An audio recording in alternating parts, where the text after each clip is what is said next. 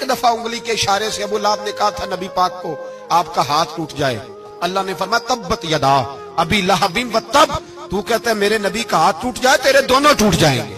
और सुनो अबू लहब का हाल क्या हो। अबू लहब का माना है अबू लहब शोलों का बाप, लहब शोलों वाला। क्या मतलब? अबू लहब इतना हसीनो जमील था कि उसके जो रुखसार थे शोलों की तरह चमका करते, इतना खूबसूरत था, लाल सुर्ख रंग था, खूबसूरत आदमी।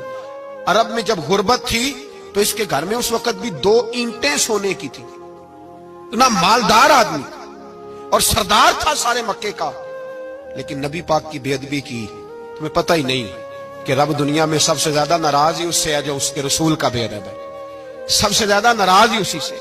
अबू लहब ना गया बदर के मौके पर, डर गया, कहने लगा मैंने नहीं जाना, मक्के में रह गया, ना गया जिहाद के लिए, मुसलमानों के खिलाफ ना निकला।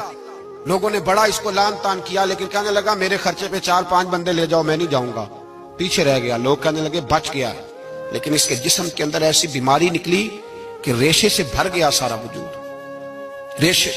इसके बच्चों ने ले जाके अबू लहब को पीछे एक हवेली थी मक्के के बाहर, उसमें बंद कर दिया। चीखता था, चिल्लाता था, बंद कर दिया उसको ले जाके वहां पीछे।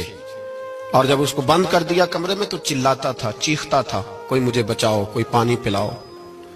दरवाजा तोड़ के बाहर निकला तो चौक में मर गया अबू लहब। इतनी बदबू आती थी कि कोई करीब नहीं जाता था।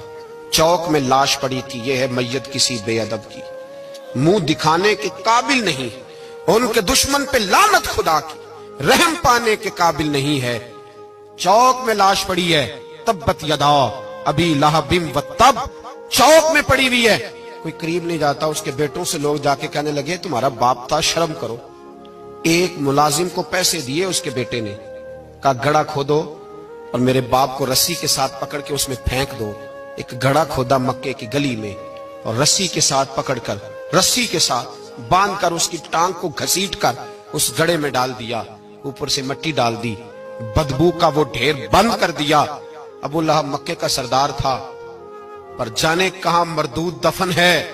लेकिन मियानी साहब के कब्रिस्तान में जाओ, मियानी साहब के कब्रिस्तान में वो इल्मुद्दीन जिसे अपना नाम भी नहीं लिखना आता था, हजारों लोग रोजाना उसकी कब्र पे खड़े होते हैं और रसूलुल्लाह की नाते सुनाते हैं।